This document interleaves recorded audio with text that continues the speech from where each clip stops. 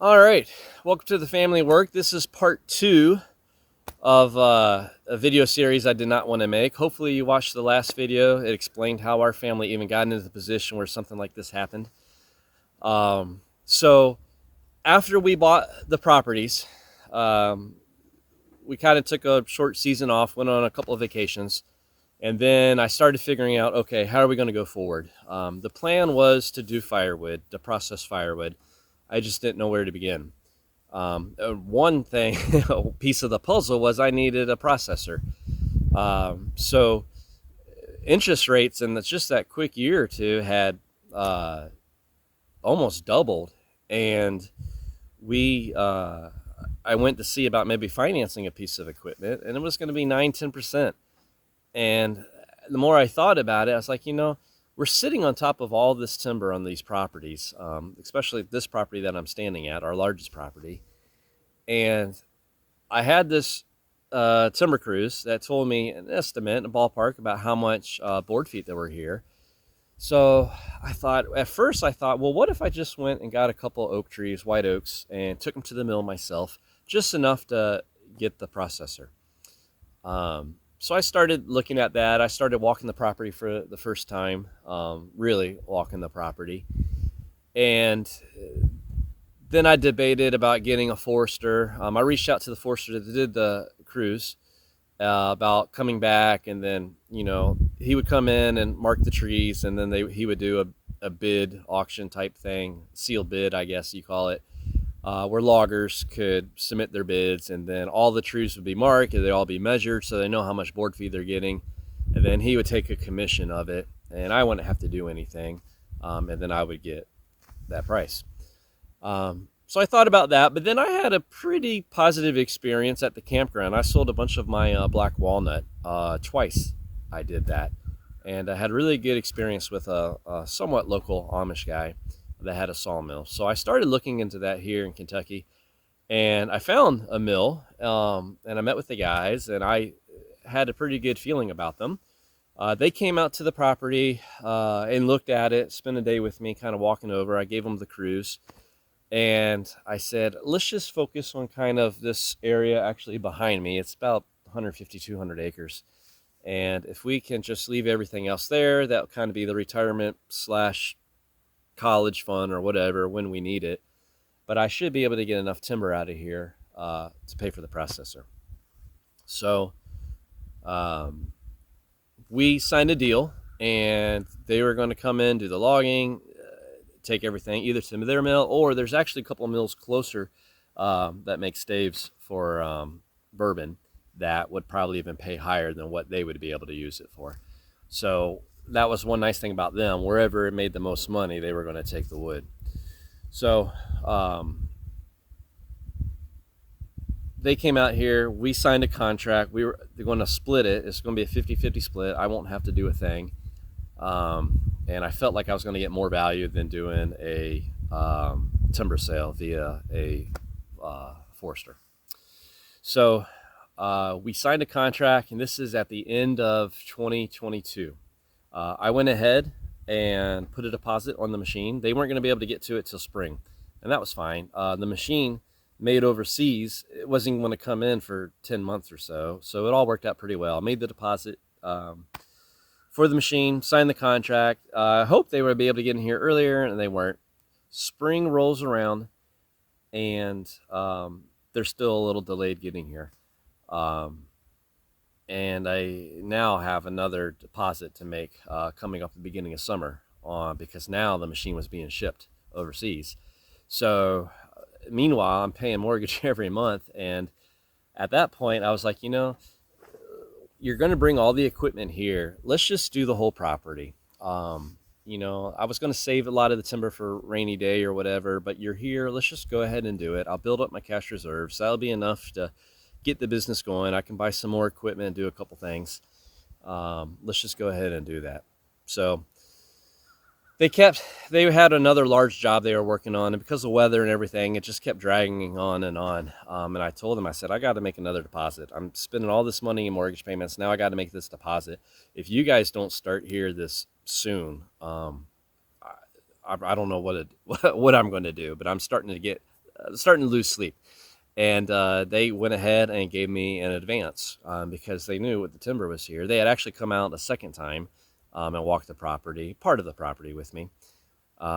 So that helped me get through the summer, replenish some of my reserves that we were spending, and kept the deposit for the equipment. And then my son's birthday in August comes around. I get a phone call right after the party. They're going to start moving equipment. And finally, about time. So I come out here and meet them, and they start building a road up there, and we start talking about this, about where we're going to make a landing and all of that. So I go home, and then the next day, one of the worst days of my life, I get a phone call. First, actually, I get 2 phone calls. The first phone call is our county sheriff, who I hadn't met. And when they dropped the equipment off before I got here, there's really nowhere to turn around on our property, and the county road ends before you get to our property. It's just like a gravel driveway. So one of our neighbors, and the house is vacant, nobody even lives there. The semi used kind of their driveway grass area to turn around, like a field. It's not like a lawn, it's just a field. And you wouldn't even known it that they were there. There was no ruts or anything, just the tall grass got knocked down. So I got a call from the sheriff asking what's going on. And the worst, and I told them, the loggers, not, to do anything like that. But the other neighbor who did live there was standing beside him and had called somebody and got authorization, permission to turn around. And I relayed all of that to the sheriff, and he's like, well, apparently so-and-so wasn't approved to do that or whatever. Just don't do it again. I was like, all right, no big deal. So started the whole operation off with a great experience there with the neighbor. Then a couple hours go by, I get my second phone call. This is the logger. Brian, yeah, there's no white oak here. I'm like, what are you talking about? It's 600 acres. There's trees everywhere you look, millions of trees. What do you mean there's no white oak? He's like, we can't find any. And I'm like, have you walked over the ridge line? I was like, yeah, we drove up through there. I'm going to start heading back this way and going that way. I'm like, all right, because on the cruise, it looked like it might be at the back of the property, which is going to be a pain in the butt to get out. It'd be nice if it was closer here. But go check out this spot, this spot. Okay, I'll go check out. A couple hours goes by, they take the skidder and the dozer and they kind of drive back there and get another call. Hey, Brian, well, you did have white oak, but it's gone. What do you mean it's gone? Well, all the stumps are here. Somebody cut it probably 3-4 years ago, maybe, 5, 6. I forget what they even said, but it wasn't more than a decade, but you could tell it was starting to grow over a couple years. And I thought they were kidding. I'm like, what are you talking about? I talked to both of my neighbors that have been here for 20 years, and no logging had ever been done. And this is the only road in and out of the property. There are, as I discovered, some logging trails that go out the back of the property, not to a road because there's no other roads, but they go into a neighbor's property. So I said, all right, I'll come out there tomorrow and take a look, and maybe we can drive around on the ATV and try to find some logs. But that, I don't think the previous owner, obviously when they sold it to me, they didn't disclose anything like that. They said it hadn't been logged since past before they owned it. I don't think they were lying to me. I don't think my neighbors were lying to me. What I suspect, it just all went out the back. So I didn't know what to do, because now not only do I have another payment on the processor due in a month or two, I depleted a lot of our cash reserves paying the mortgage, because I was budgeting and planning on having a couple $100,000 come off the property in the spring that didn't come off. And now, if they can't find any trees, I gotta pay the loggers, the advance they gave me, I gotta pay back. So I'm just like in a state of shock. I don't know what to do. So my wife, I didn't even want to tell her because I didn't want to freak her out, but she knew something was wrong. So I kind of just gave her a few nuggets, not all the information or how bad I think it was going to be. So we decided, hey, let's slow up the family and let's go to the gym. Let's go swim, exercise, do whatever, just not think about it. So great, we get in the car. The first brand new car I ever bought in my life. Bought used cars my entire life, and then last year we bought a car off the lot. Didn't even have a couple thousand miles on it, and we get up to the gym right in front of that intersection, and we're waiting to turn. And the car behind us never even hit their brakes, just bam, right in the rear ended us. And I was like, man, the hits just keep on coming. I don't know what, I was afraid to say, could this day get any worse, because I didn't know what to do. Fortunately, we were okay. Car was all banged up. His front end was all messed up, and he was okay. But, oh man, so I come down here. I'll try to make this shorter. I come down to this property the next day.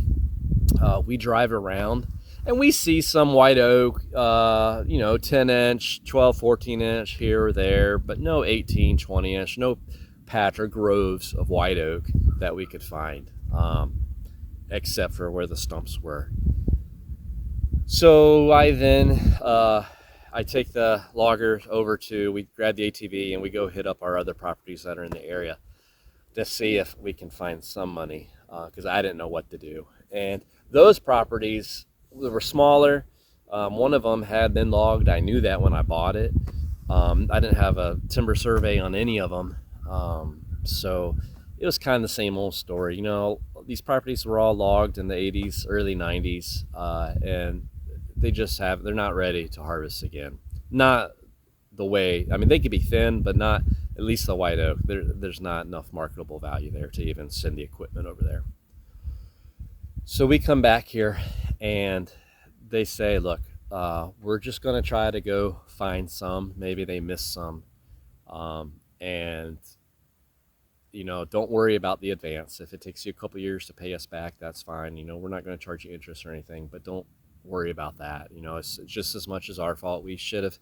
And they said, we always do walk the properties from end to end, but for whatever reason, because the other job they were working on, and because we had this survey, and because we did spend 2 days walking the property, and I don't know if you know this, I didn't know this, but 600 acres, it's 2 miles from where I'm standing to the back of the property. And you got to go over 3 or 4 ridge lines, 200-foot elevation drop, and increase. And now that it's been cleared, you could walk it in a day, but especially in the summer, you could walk all day and still not get to the other side. But